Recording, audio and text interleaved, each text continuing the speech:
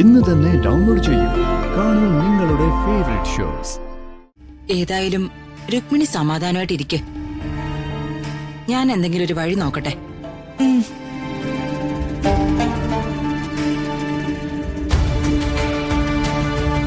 എന്തു വഴി അമ്മേ? ഒരു വഴിയുമില്ല.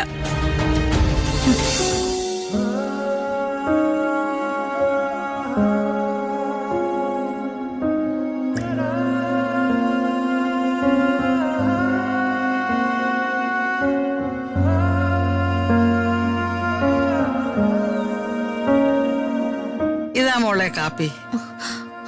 അയ്യോ വല്യമ്മ, കാപ്പി വേണമെങ്കിൽ ഞാൻ അടുക്കളയിലേക്ക് വരുമായിരുന്നല്ലോ.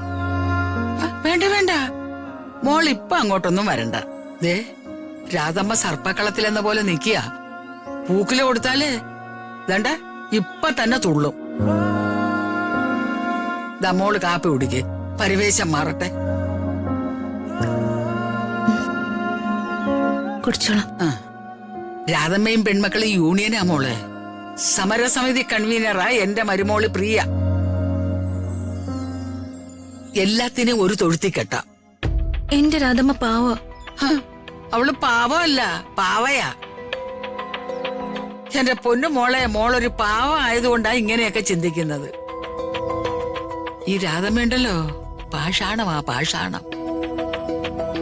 മൂത്ത മോള് ഫ്യൂരിഡാൻ, ഇളയ കാന്താരി ആ രുക്മിണിയുടെ മരുമോള്.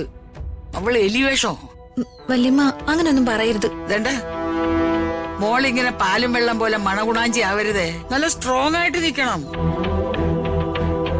അവരെന്തെങ്കിലും പറയുകയാണെങ്കിലേ അവരെ നേരെ നല്ല ജിൽ ജിൽ എന്ന് പറഞ്ഞ് തുള്ളിക്കൊണ്ടിരിക്കണം. എന്നിട്ടും അവര് വഴങ്ങിയില്ലെങ്കിൽ രാജുവിനെയും കൂട്ടി മോളുടെ കൊട്ടാരത്തിലേക്ക് പൊക്കോളണം. പിന്നെ കാല് പിടിച്ച് അപേക്ഷിച്ചാലും തിരിച്ചു വരരുത്. ഈ വല്യമ്മ കൂടെ ഇല്ലെന്നുള്ള വിഷമമൊന്നും വേണ്ട, ഞാനും കൂടെ വരാം. ഇനി ജീവിത അവസാനം വരെ ഈ വല്യമ്മ ധൃതിയ മോളുടെ കൂടെ തന്നെ ഉണ്ടാവും. ഇവളുമാരൊക്കെ പോട്ടെന്നേ. എന്റെ കൃതിയ മോക്ക് ഈ വല്യമ്മ ഒരു താങ്ങും തണലും ആയിരിക്കും, അത് ഉറപ്പ്. ഉറപ്പ്.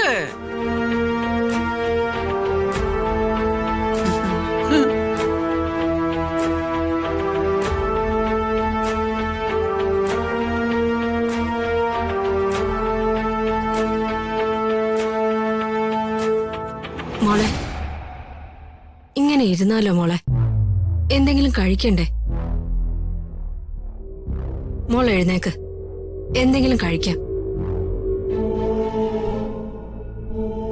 നിന്റെ അമ്മ നിന്നോട് എന്ത് തെറ്റ് ചെയ്തിട്ടാ മോളെ എന്നോട് ഇങ്ങനെയൊക്കെ കാണിക്കുന്നത്? പണ്ടേ നിന്നോട് ഞാൻ പറഞ്ഞതല്ലേ ആ രാജു ഒരു വ്യവസ്ഥയില്ലാത്തവനാണെന്ന്. അവൻ ചതിക്കുമെന്ന് എനിക്ക് സംശയമുണ്ടായിരുന്നു. നിന്റെ ഉറച്ച വിശ്വാസം കൊണ്ടാ ഞാൻ ഇതിനൊക്കെ കൂട്ടുനിന്നത്. അമ്മയ്ക്കൊട്ടും താല്പര്യമില്ലായിരുന്നു രാജു നീയും തമ്മിലുള്ള കല്യാണത്തിന്. എന്നിട്ടും നിന്റെ ആഗ്രഹത്തിന് കൂട്ടുനിന്നവളല്ലേ ഈ അമ്മ. ആ എന്നോടാണ് നീ ഇങ്ങനെയൊക്കെ കാണിക്കുന്നത്. ഇഷ്ടമില്ലാത്ത ഒരുത്തൻ്റെ ജീവിക്കുന്നതിനേക്കാൾ നല്ലത് നരകമല്ലേ?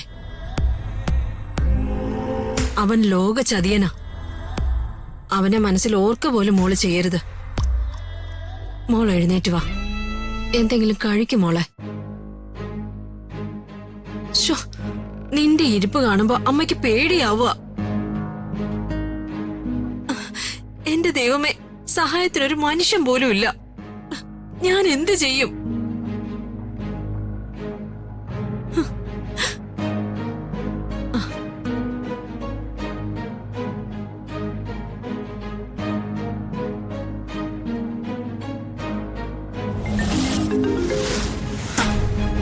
ദേടാ വിളിക്കുന്നുണ്ട്. 8ന്റെ പണി കെട്ടി തളർന്നിരിക്കുന്ന രുക്മിണിയാ. 8ന്റെ കിട്ടിട്ട് ഇരിക്കല്ലേ അമ്മേ? അമ്മയുടെ വകയായിട്ട് ഒരു 16ന്റെ പണിയൂടെ കൊടുക്ക്. എന്തായാലും എടുക്കാം. ഓ, ആരുടെ നാശം കണ്ടാലും ചിരിക്കാൻ പറ്റുമല്ലോ. എടുക്ക്. ഹലോ രുക്മിണി, ഇവിടത്തെ അവസ്ഥ വല്ലതും അംബിക അറിയുന്നുണ്ടോ? ഓ, കല്യാണ കച്ചേരിയുടെ കഥയല്ലേ? ആ രാജു ചതിക്കൂന്ന് രമ്യയോട് ഞാനൊരു 100 ആവർത്തി പറഞ്ഞതാ. അവൾ അത് കേട്ടില്ല. അവക്കപ്പോ അവനോട് മുടിഞ്ഞ പ്രേമം. ഇക്കാലത്ത് എന്തോന്ന് പ്രേമം! ഹ, അന്യോന്യം തേപ്പല്ലേ, തേപ്പ്. എന്റെ മോൾ ആകെ തകർന്നു പോയി അംബികെ. അവളിപ്പോ ഒരു ഭ്രാന്തി പോലെയാ. ആ, ആത്മാർത്ഥമായിട്ട് പ്രണയിക്കുന്നവര് അങ്ങനെയാ രുക്മിണി. ചതിക്കപ്പെട്ടാലേ തകർന്നു പോവും. അവനും അവന്റെ കുടുംബവേ ചതിയന്മാരും വഞ്ചകരുവാ. ഒക്കെ നന്ദികെട്ട വർഗങ്ങളാ. എന്റെ മോളുടെ അവസ്ഥ വലിയ മോശമാണ് അംബികെ. അംബിക എങ്ങനെയെങ്കിലും ഞങ്ങളെ ഒന്ന് സഹായിക്ക്. ഞാൻ എങ്ങനെ സഹായിക്കാനാ രുക്മിണി?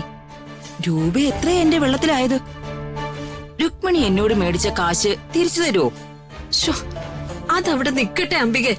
ഇപ്പൊ ഇതല്ലേ പ്രശ്നം. ഇത് നിങ്ങളൊന്ന് പരിഹരിക്കേ. ഞാൻ എങ്ങനെ പരിഹരിക്കണമെന്നാ രുക്മിണി പറയുന്നേ? ആ ഋതികെ എങ്ങനെയെങ്കിലും അവിടെ നിന്ന് ഒന്ന് വിളിച്ചോണ്ട് പോ. നന്ദി കെട്ടവനാണെങ്കിലും ആ രാജുവിനെ ഞങ്ങൾക്ക് ഇങ്ങ് തിരികെത്താ. ഇല്ലെങ്കി എന്റെ മോള് പട്ടിണി കിടന്ന് ചത്തുപോവും അംബികെ. ഏതായാലും രുക്മിണി സമാധാനമായിട്ടിരിക്കെ. ഞാൻ എന്തെങ്കിലും ഒരു വഴി നോക്കട്ടെ.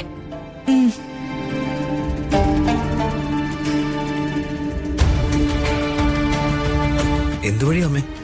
ഒരു വഴിയുമില്ല. ഋതികയും രാജുവിനെയും തമ്മിൽ തെറ്റിക്കാനുള്ള വഴിയൊക്കെ എനിക്കറിയാം. പക്ഷേ ഞാനിപ്പോ അതിന് ശ്രമിച്ച ആ സരസ്വതിയുടെ കൈകൊണ്ട് മരിക്കേണ്ടി വരും. അങ്ങനെ മരിക്കാൻ എനിക്കിപ്പോ മനസ്സില്ല. ആദ്യം ആ കിളവി ഇവിടുന്ന് ഓടിക്കണം. അതിനുള്ള വഴിയാ ഞാൻ നോക്കുന്നേ.